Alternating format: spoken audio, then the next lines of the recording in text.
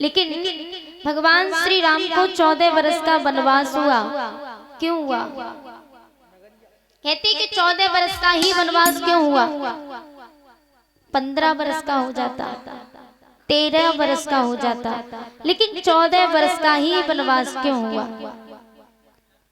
तो 14 वर्ष का वनवास भगवान श्री राम को इसलिए हुआ था क्योंकि रावण की उम्र भी कुल 14 वर्ष ही बाकी बची थी, इसलिए 14 वर्ष का उन्हें वनवास हुआ। लेकिन इसमें कारण लोग माता कैकेयी को बुरा भला कहते हैं कि कैकेयी सब कुछ कैकेयी ने किया, लेकिन माता कैकेयी जितनी महान मां संसार में कोई नहीं हो सकती। माता कैकेयी तो ममता की मूर्त है, जिसने अपनी सारी ममता लुटा दी भगवान श्री राम पर। और 14 वर्ष का वनवास होने का कारण ये भी है, मेन कारण, मुख्य कारण सिर्फ ये है, महाराज दशरथ जब कश्मीर के राजा अश्वपति की पुत्री कैकेयी के साथ विवाह करके वापस अयोध्या लौट रहे थे, तो उस समय किष्किंधा से होते हुए निकल रहे थे। किष्किंधा का राजा कौन था? राजा बाली। बाली को वरदान मिला हुआ था कि उसके सामने जो भी आएगा युद्ध करने, आदि शक्तियां बाली को उसकी प्राप्त हो जाएंगी। ये वरदान बाली को मिला हुआ था। तो महाराज दशरथ माता कैकेयी से विवाह करके किष्किंधा के रास्ते से निकल के अयोध्या जा रहे थे। बाली ने देखा कि रथ किसका जा रहा है, ये कौन है? सैनिकों ने बताया कि अयोध्या के राजा दशरथ हैं, ये कश्मीर के राजा अश्वपति की पुत्री कैकेयी से विवाह करके वापस लौट रहे हैं। बाली ने महाराज दशरथ से जाकर के कहा कि सुनो, तुम्हें हमसे युद्ध करना होगा। शर्त यह है, युद्ध में अगर तुम हार गए तो तुम्हें अपनी पत्नी को मुझे सौंपना होगा। और कैकेयी इतनी सुंदर थी, कैकेयी जितना सुंदर कोई नहीं था, यहाँ तक कि ना कौशल्या थी ना सुमित्रा थी, इतनी सुंदर कैकेयी थी, अपार सुंदर।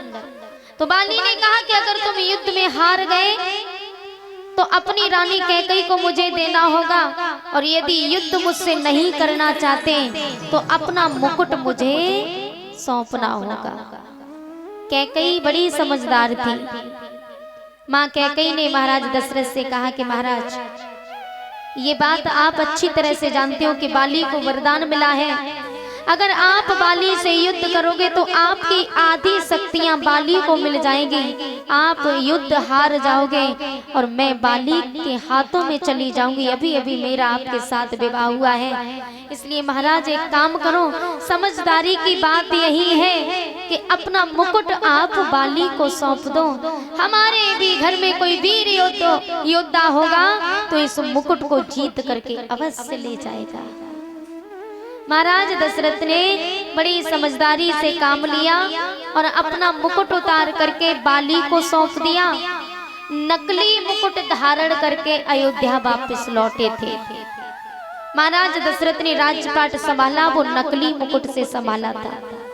यही बात भगवान श्री राम को बताई तो भगवान श्री राम ने कहा, माँ तू चिंता मत कर, बाली का ही बंद करके मैं पिताजी का मुकुट जीत करके लेके आऊंगा। तो जो भरत भैया का राज जब से किया था वो नकली मुकुट से किया था, और राम राजा उसी दिन बने थे जब असली मुकुट जीत करके लेकर के आए, तब राजा राम बने थे। तो यही कारण था। भगवान श्री राम ने माता कैकेयी के आंसुओं को पोंछा। समय व्यतीत होता गया, भगवान श्री राम धीरे धीरे बड़े हुए। गुरु विश्वामित्र भगवान श्री राम को मांगने के लिए महाराज दशरथ के यहाँ आए। मजबूरन महाराज दशरथ को राम और लक्ष्मण को गुरुदेव के साथ में भेजा। गुरु विश्वामित्र के साथ में जिस समय भगवान श्री राम चले तो रास्ते में ताड़का नाम की राक्षसी आई, और ताड़का नाम की राक्षसी भगवान श्री राम के सम्मुख आती है।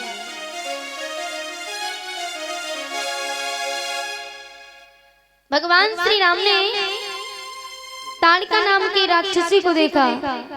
उसी समय भगवान क्रोध में आ गए और भगवान ने ताड़का का वध किया।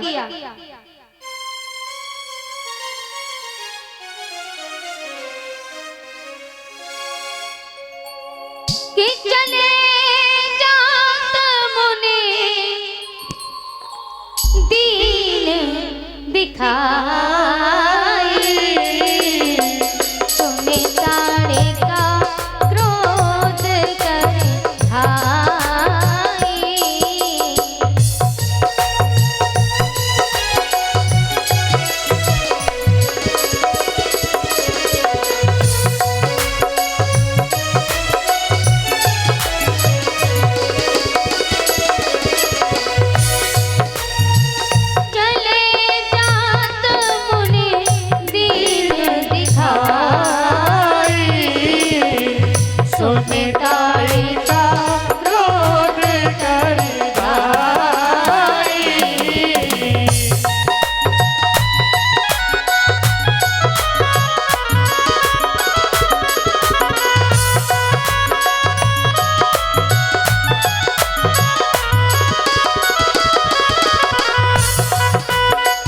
भगवान श्री राम ने ताड़का नाम की राक्षसी को देखा तो भगवान ने एक बाण निकाला। एक ही बाण प्राण धर लीना, दीन जान प्रभु आसन दीना। एक ही बाण प्राण धर लीना, दीन जान प्रभु आसन दीना।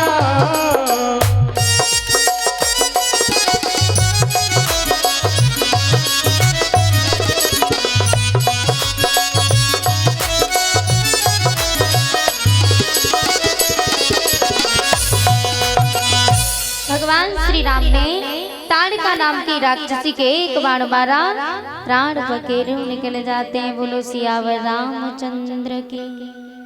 श्री राधे राधे। बॉक्स बंद हो गए दरबार।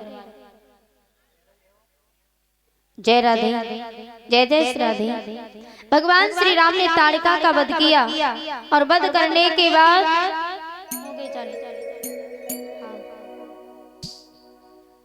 जैसे ही भगवान आगे बढ़े तो गुरु विश्वामित्र अपनी कुटिया पर पहुंचे।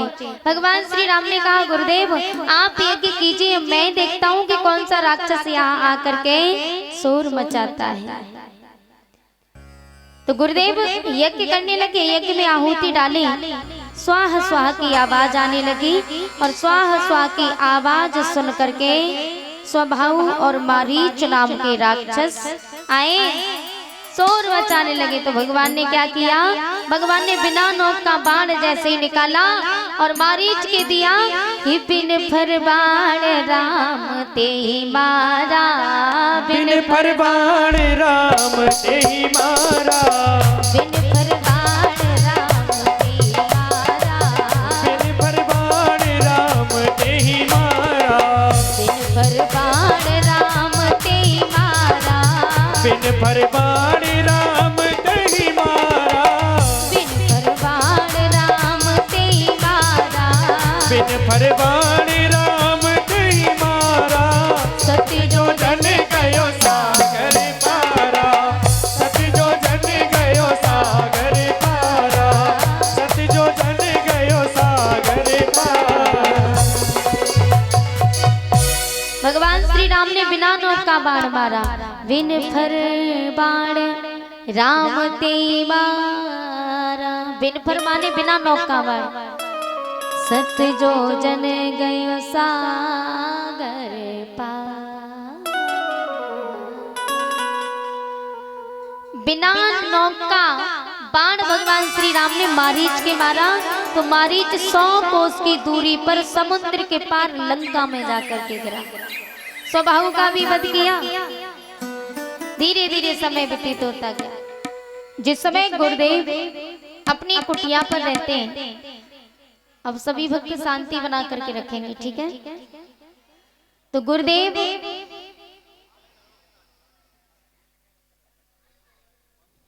शांति बना के नहीं रखोगे हैं?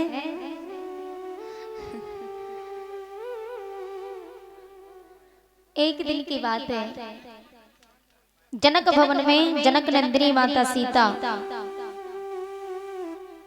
साफ सफाई कर रही थी, तो उन्होंने शिव धनुष को एक स्थान से दूसरे स्थान पर रख दिया।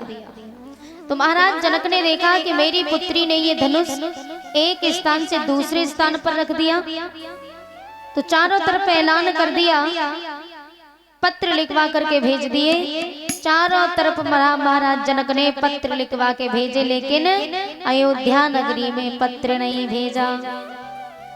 अयोध्या नगरी में पत्र क्यों नहीं भेजा? सीता स्वयंवर का वो इसलिए नहीं भेजा था, ये बहुत पहले की बात है। जनकपुरी में एक संत जी भ्रमण करने के लिए गए, तो उन्होंने देखा संत जी जब भ्रमण करने के लिए जाते हैं, तो उन्होंने देखा कि उनके हाथों से गौ हत्या हो जाती है, एक गाय मर जाती है।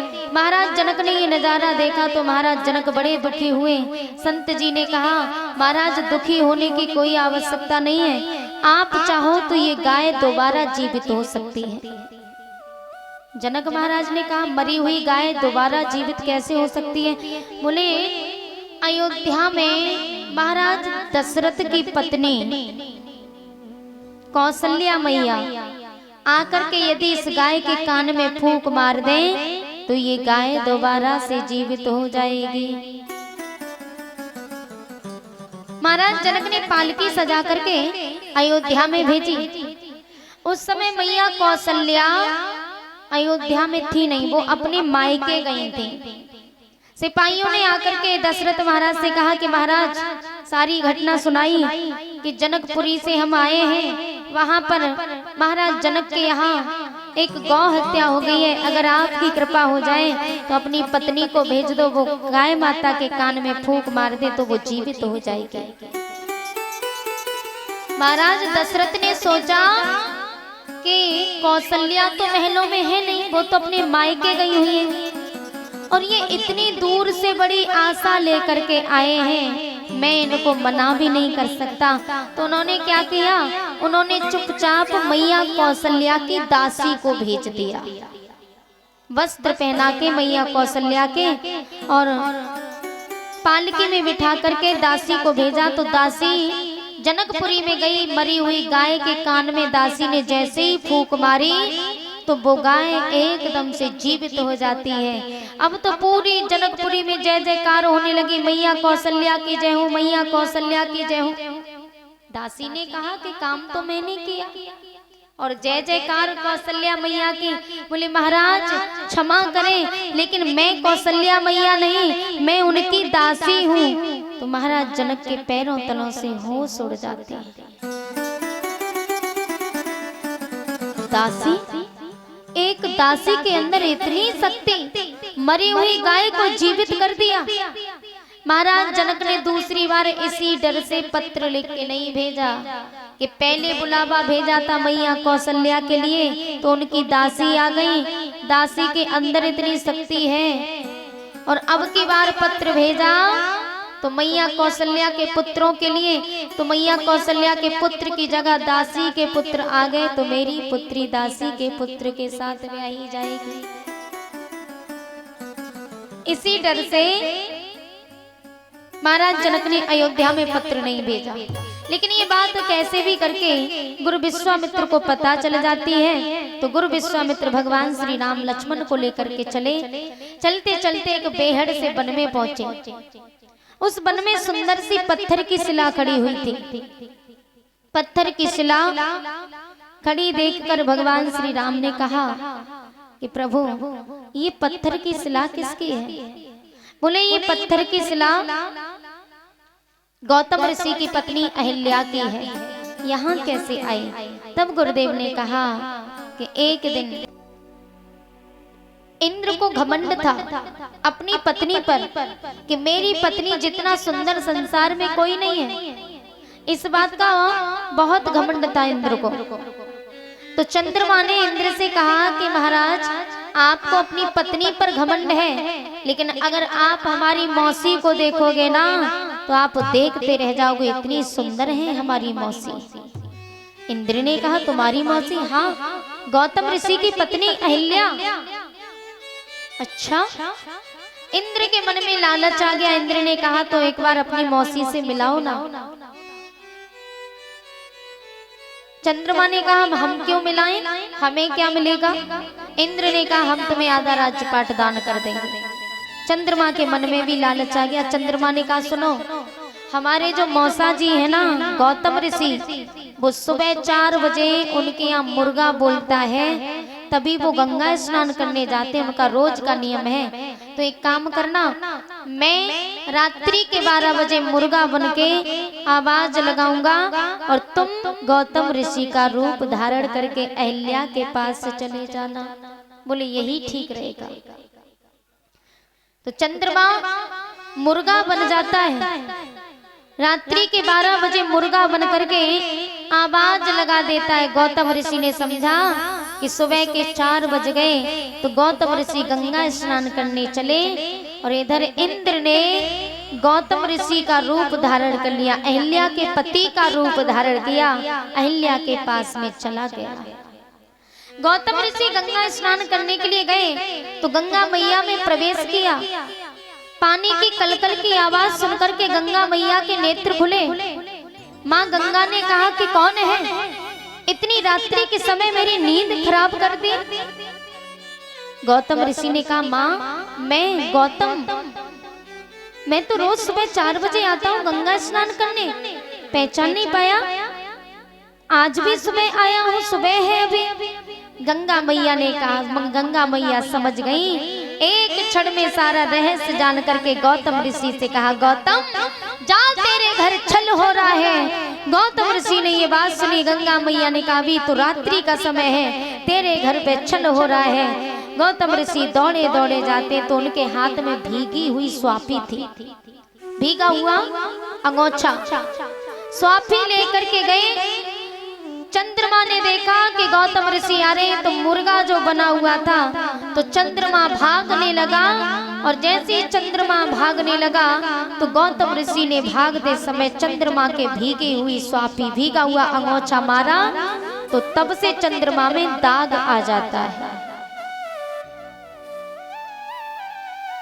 और जाकर के इंद्र को भी श्राप दे दिया। इंद्र से कहा, तुझे बहुत शौक है ना देव कहलाने का, अरे तू देवता कहलाने के नाम पर कलंक है, देवता के नाम पर कलंक है। हम तुम्हें श्राप देते हैं कि तू संसार में देव तो कहलाएगा, लेकिन कोई तेरी पूजा नहीं करेगा। ये हमारा श्राप है, इसलिए इंद्र की पूजा नहीं होती है। इंद्र स्वर्ग लोक के राजा हैं, स्वर्ग लोक के देवता हैं इंद्र, लेकिन पूजा कोई नहीं करता। हर देव की पूजा होती है, लेकिन इंद्र की पूजा नहीं होती। तो प्यारे, जिस समय गौतम ऋषि ने इंद्र को श्राप दे दिया, भगवान श्री कृष्ण ने इसीलिए इंद्र की पूजा और नहीं करवाई। अहिल्या के पास में गए, अहिल्या को भी श्राप दे दिया कि तुम हमारी पत्नी होकर के हमारे साथ में दगा किया, पर पुरुष के साथ में संबंध बनाया, इसलिए हम तुम्हें भी श्राप देते कि तुम पत्थर की शिला हो जाओ। अहिल्या चरणों में गिर गई, महाराज इसमें मेरी क्या गलती थी, मेरा तो कोई कसूर नहीं था। वो दुष्ट पापी आपका रूप धारण करके आया, मैं तो समझी कि आप ही हो, मेरी क्या गलती थी, आपने मुझे श्राप दे दिया, अपना श्राप वापस ले लो। तो गौतम ऋषि ने कहा कि श्राप तो वापस नहीं ले सकते, लेकिन त्रेता युग में तुम्हारा उद्धार होगा। तुम पत्थर की शिला तो जरूर होंगी, लेकिन तुम्हारा उद्धार त्रेता युग में भगवान के आने पर होगा। गौतम ऋषि श्राप देकर के चले गए। माता अहिल्या भगवान विष्णु की तपस्या करती हैं, भगवान प्रकट हुए। भगवान ने कहा अहिल्या वरदान मांग लो, क्या मांगना चाहती हो? तब अहिल्या ने कहा प्रभु आप तो जानते हो, आप तो अंतर्यामी हो। मेरे पति ने मुझे श्राप दिया है कि मैं पत्थर की शिला बन जाऊं, मेरा उद्धार त्रेता युग में होगा। तो भगवान आपसे हाथ जोड़ के एक निवेदन है, मैं इतनी वर्षों तक इंतजार नहीं कर सकती। अभी सतयुग चल रहा है, सतयुग के बाद द्वापुर आएगा, द्वापुर के बाद त्रेता युग आएगा। तो भगवान आपसे निवेदन है, आप सतयुग के बाद जो द्वापुर आएगा ना, द्वापुर को हटा दीजिए। सतयुग के बाद त्रेता युग कर दो, त्रेता युग के बाद द्वापुर करना। भगवान ने कहा ऐसा ही होगा। इसलिए अहिल्या के वरदान के कारण, वैसे गिनती 1 2 3 से ही शुरू होती है, 1 2 3 से शुरू होती है, 1 3 2 से शुरू नहीं होती। सतयुग के बाद द्वापुर, द्वापुर के बाद त्रेता, यही आने वाला था। लेकिन अहिल्या के वरदान के कारण सतयुग के बाद त्रेता युग आया, त्रेता युग के बाद द्वापुर आया। वैसे बारी द्वापुर की थी। भगवान श्री राम से गुरु विश्वामित्र कहते हैं बेटा राम ये वही अहिल्या है। उसी समय भगवान श्री राम ने अपनी चरणों की धूल अहिल्या के पैरों से लगाई। आकाश से विमान आया, उस विमान में बैठ करके अहिल्या भगवान के परम धाम को चली गई। बोलिए सिया रामचंद्र की।